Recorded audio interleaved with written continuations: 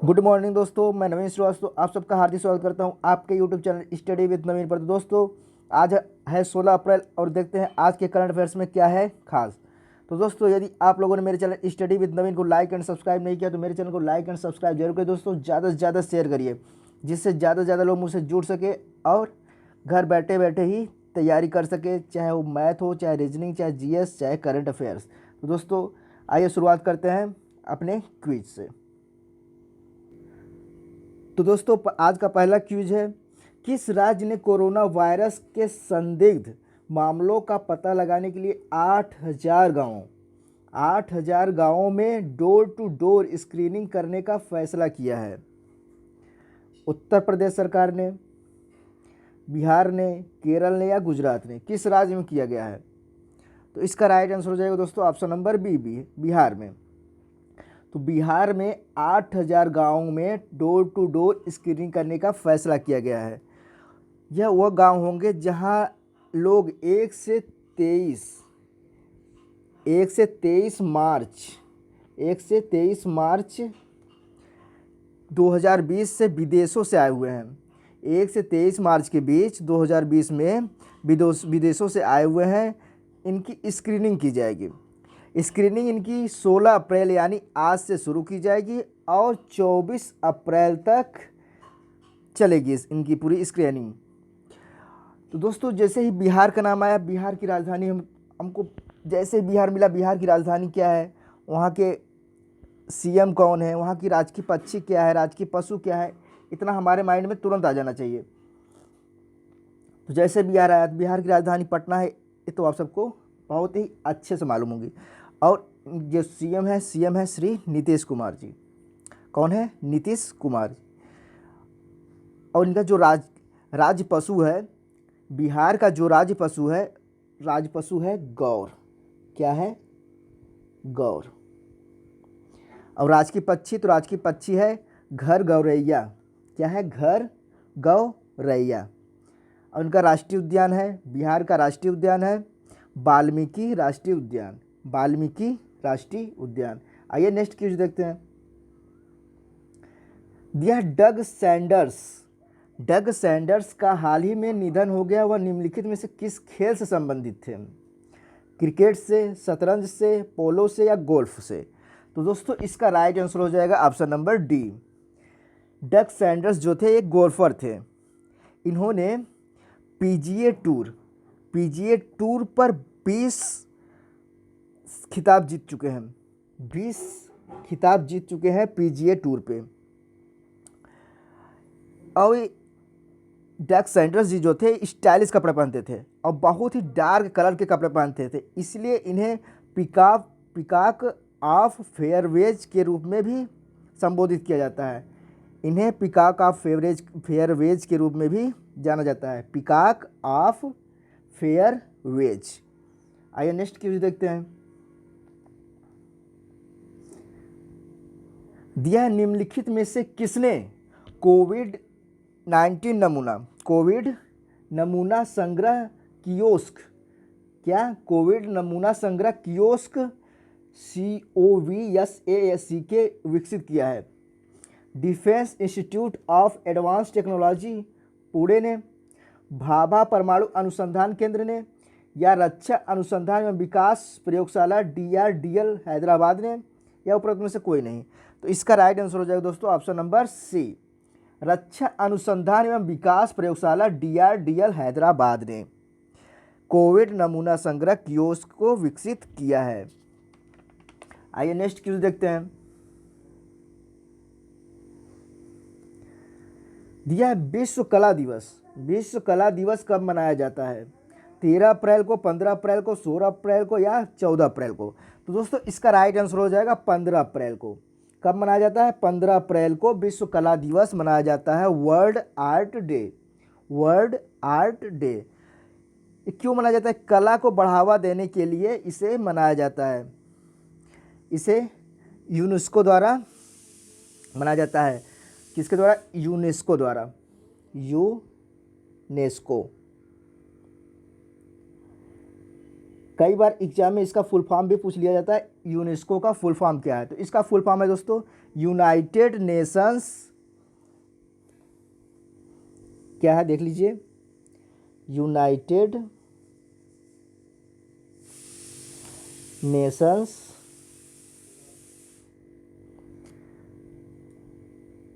Educational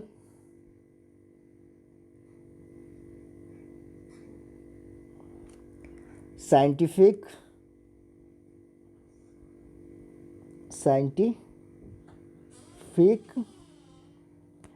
and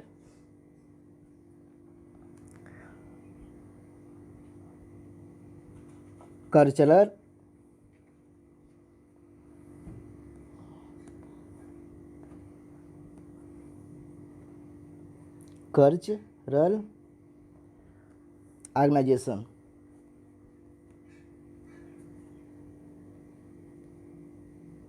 United nations educational scientific and cultural organization, UNESCO का यह full form exam में पूछा जाता है, इसलिए आप इसे नोट डाउन कर लीजिए। यूनेस्को का यह फुल फॉर्म है, इसे आप नोट डाउन कर लीजिए। इसका पूछा जा सकता है कि इसका इस्टेब्लिश कब हुआ था। यूनेस्को का जब इस्टेब्लिश हुआ था कब हुआ था, हुआ था 1944 में। 1954 में यूनेस्को का स्थापना हुआ था। अब कहाँ पे हुआ था, पेरिस में। हेडक्वार्टर कहाँ है इसका, पेरिस है।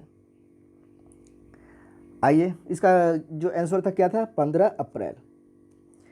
आइए नेक्स्ट क्वेश्चन देखते हैं। दिया है हाल ही में किस राज्य सरकार ने कोविड-19 नमूनों की पूल टेस्टिंग शुरू की है। उत्तर प्रदेश, मध्य प्रदेश, हरियाणा या इनमें से कोई नहीं। एनओटी का मतलब है नन ऑफ दीज, इनमें से कोई नहीं। तो इसका राइट आंसर क्या होगा, तो दोस्तों इसका राइट आंसर हो जाएगा उत्तर प्रदेश। किस राज्य सरकार ने, उत्तर प्रदेश राज्य सरकार ने कोविड-19 नमूनों की पूल टेस्टिंग शुरू की है। इसका सैंपल पहले जर्मनी और इजराइल में पहले से ही शुरू हो चुका है। अब भारत में पहला राज्य ऐसा है जहां पे, उत्तर प्रदेश से पहला राज्य है जहां पे पूल टेस्टिंग, कोविड-19 नमूनों की पूल टेस्टिंग शुरू होने वाली है। और जैसे ही यूपी आया, उत्तर प्रदेश आया, पहले हम इसकी राजधानी समझ लेते हैं कि उत्तर प्रदेश की राजधानी है लखनऊ। मुख्यमंत्री है श्री योगी आदित्यनाथ और राज्यपाल है श्रीमती आनंदीबेन पटेल। और यहाँ का जो राजकीय पशु है उसे हम क्या कहते हैं, बारहसिंघा। और राजकीय पक्षी जो है सारस या क्रॉन्च है। और राष्ट्रीय उद्यान है दुधवा राष्ट्रीय उद्यान। आइए अब नेक्स्ट क्वेश्चन देखते हैं। दिया है हाल ही में किसने स्थानीय स्टोर्स की जानकारी के लिए नियर बाय स्पॉट्स लॉन्च किया है। अमेजन ने, फ्लिपकार्ट ने, गूगल ने या नन ऑफ दीज, इनमें से कोई नहीं।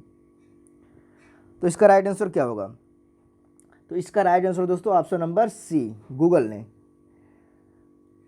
ने गूगल पे ऐप पर इसे लॉन्च किया है। गूगल ने गूगल पे ऐप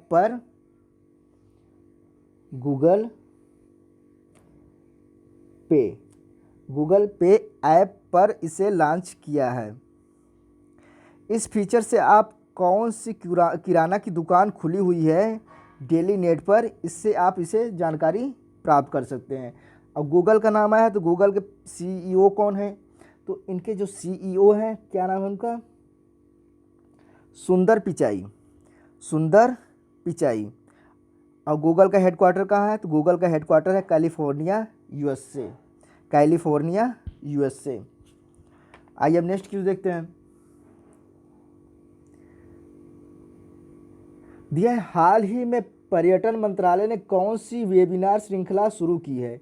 वेबिनार श्रृंखला, इसे आप ध्यान से देख लीजिए। वेबिनार श्रृंखला हाल ही में पर्यटन मंत्रालय ने शुरू की थी। क्या शुरू की थी, देखो अपना देश, देखो अपना भारत, देखो भारत देश, दिखाओ अपना देश।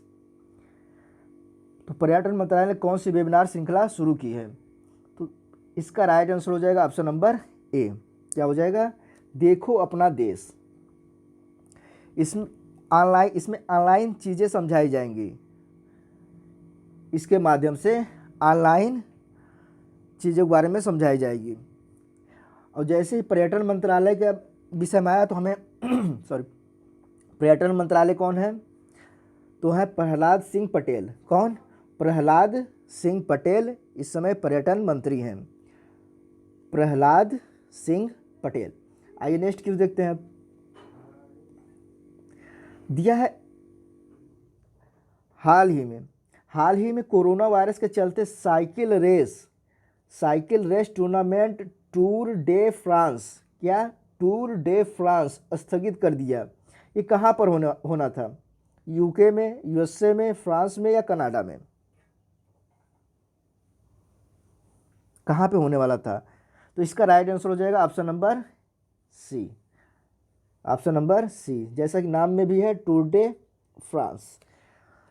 फ्रांस में होने वाला था। कब होने वाला था? फ्रांस में या जून में होने वाला था? कब होने वाला था? जून में होने वाला था। कहाँ होने वाला था? जून में होने वाला था। फ्रांस के रिवेरा नाम के शहर में होना था। इससे पहले भी यह साइकिल रेस टूर्नामेंट जो था पहले फर्स्ट वर्ल्ड वार में और सेकेंड वर्ल्ड वार में स्थगित हो चुका था। अब यह तीसरी बार स्थगित हो रहा है कोरोना वायरस के कारण। तो आइए अब नेक्स्ट क्यूज देखते हैं। दिया है हाल ही में आईएमएफ ने वित्त वर्ष 2020-21 के लिए भारत की जीडीपी ग्रोथ रेट कितना रहने का अनुमान लगाया है? 1.5%, 2%, 1.9% या 2.5%? तो इसका राइट आंसर हो जाए दोस्तों ऑप्शन नंबर सी, 1.9%। अब आईएमएफ आया है, तो आईएमएफ के बारे में समझ लेते हैं। आईएमएफ का फुल फॉर्म क्या है? तो इसका फुल फॉर्म है दोस्तों इंटरनेशनल, क्या है? इंटरनेशनल